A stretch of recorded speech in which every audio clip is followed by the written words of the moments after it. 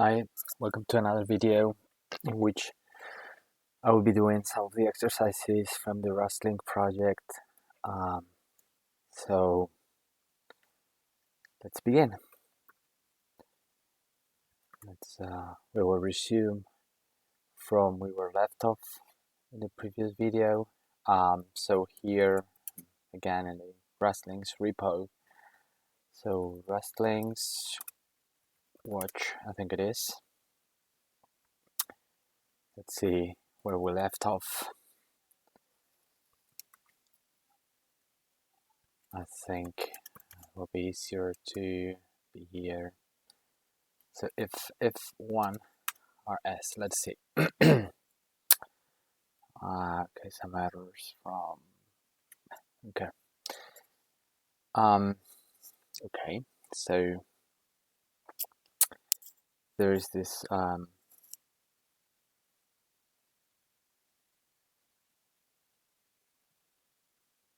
okay, complete this function because this function doesn't return anything.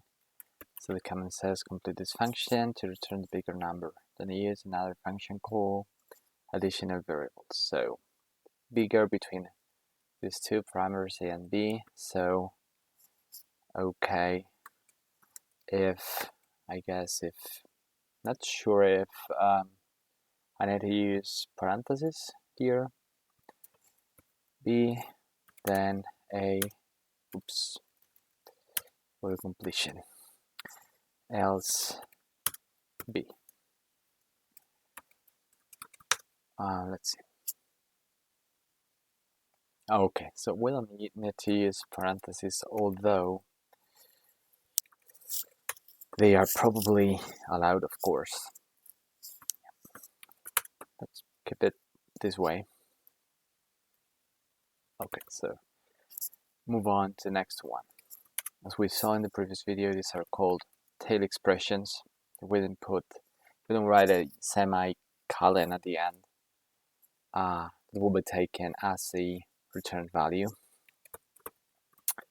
If 2 rs, okay. Make me compile, get the bar for pass and default to pass tests passing. Okay, so it doesn't compile because okay, it is returning something different here. That's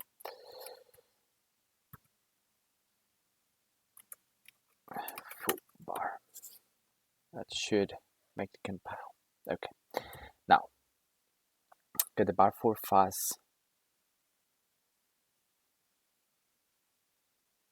and default to pass tests passing. Bar for fast, it passes, right? And default to pass, this one doesn't pass. So let's see what are these tests. So bar for fast assert equal. These are macros. These are macros. These look like functions but have this exclamation mark here. Just like println is also a macro. So this function foo if this. So foo if this. So if this is equals this, then return foo, otherwise return bar. Now the next test is default to bus, which again calls this function with bus. This, maybe we can return this. Let's see. Okay, now both fail. I guess we have to return this to make it default to bus pass because it expects bus here. And now it's the other one that fails. It's foo for bar for fast.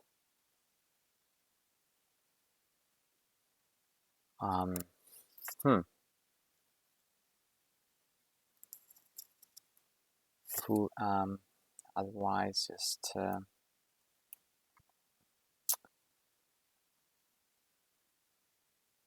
yeah.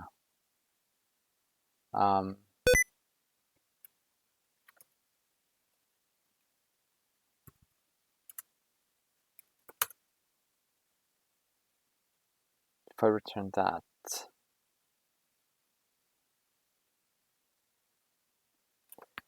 so panicked bar for fast, which is one. Panicked. Okay. Now, sorry, I was. Let's see. So literally anything. So if it isn't something else, it return as okay. And now the one that fails is bar for fast. So if the input is so let's see if it has else if something like that.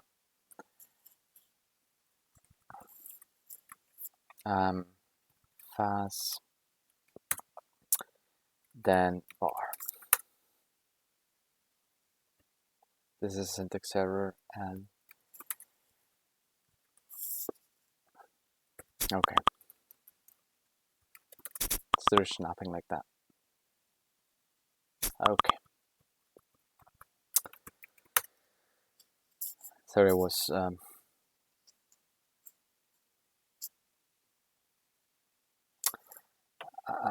I was looking at the wrong parameter for the function. Now quiz. Let's take a quiz. Mary is buying apples. What you hear is obviously Slack, which notifications from Slack. Mary's buying apples. One apple usually costs 2 Rustbacks, but if you buy more than 40 at once, each apple only costs 1. Seriously, scan write a function that calculates the price of an order of apples, given the quantity bought. No hints this time. Put your function here. That's okay. Let's begin with this.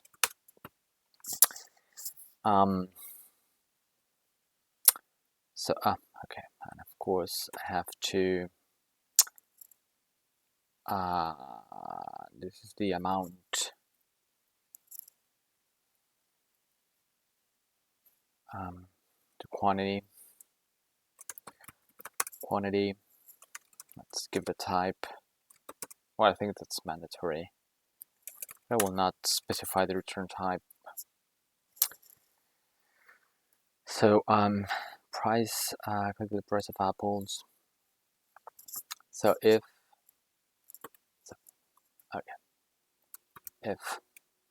quantity more than 40. If you buy more than 40, it will cost 1 quantity. Else, it will cost 2 Rustbacks. No implementation for integer. What? Okay. Wait. This is a problem? This is a problem? Okay. What was the error?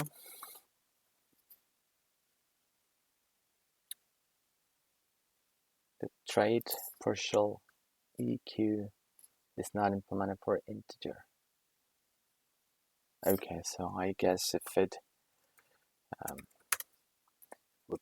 it does type deduction, it uses a different type, I guess. Anyways, I guess primitive types 1. Fill in the rest of the line that has code missing. Okay, so main is morning true. If it's morning, good morning. Let Okay, this is incomplete. Finished, like the example, or make it be false. So of course is if thing, yeah, it's either, yeah, the morning evening cannot be both same time.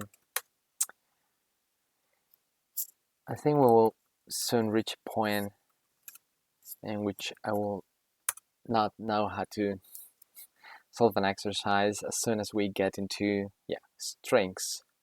These are characters. Probably I know how to fix this one, but maybe not for strings. Let's see. Now the single quotes these are different from the double quotes you've been seeing around, of course. So just like in C, my first initial is a character, and it is a class, apparently, or an object that has methods. Finish this line like the example. What's your favorite character? Try a letter, try a number, try a special character, try a character from a different language than your own, try an emoji. I don't think I know how to do that from Vim and Windows. So your character is the variable name. So we'll say, let's say, or yeah, right. So if it is alphabetical, we'll print alphabetical. If it's a number, numerical.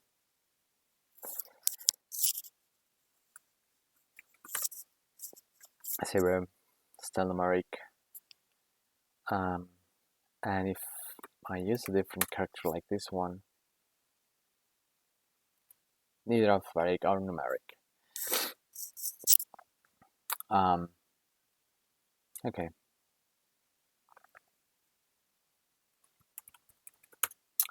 Let's move on to the next one.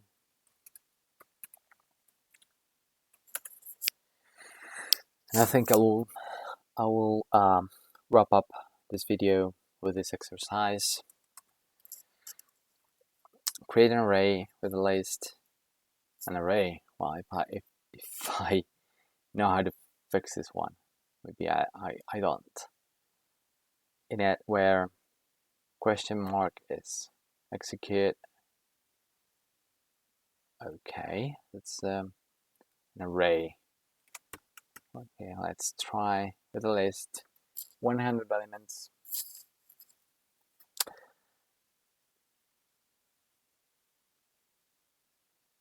Of course, it's not gonna work. Python, kind of Python syntax.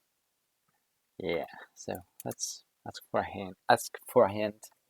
There's a shorthand to initialize arrays with a certain size that doesn't require you to type in 100 items.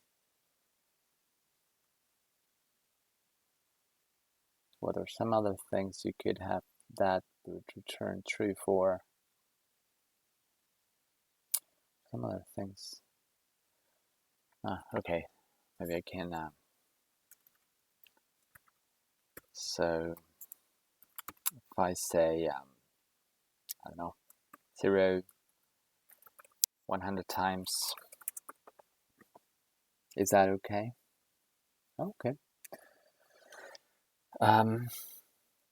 Let a equal hello. That also has a len method. Yeah, that's true. It is like that for breakfast. Yeah, because it's too short. Yeah, but I don't think. Or maybe I can do this. 100.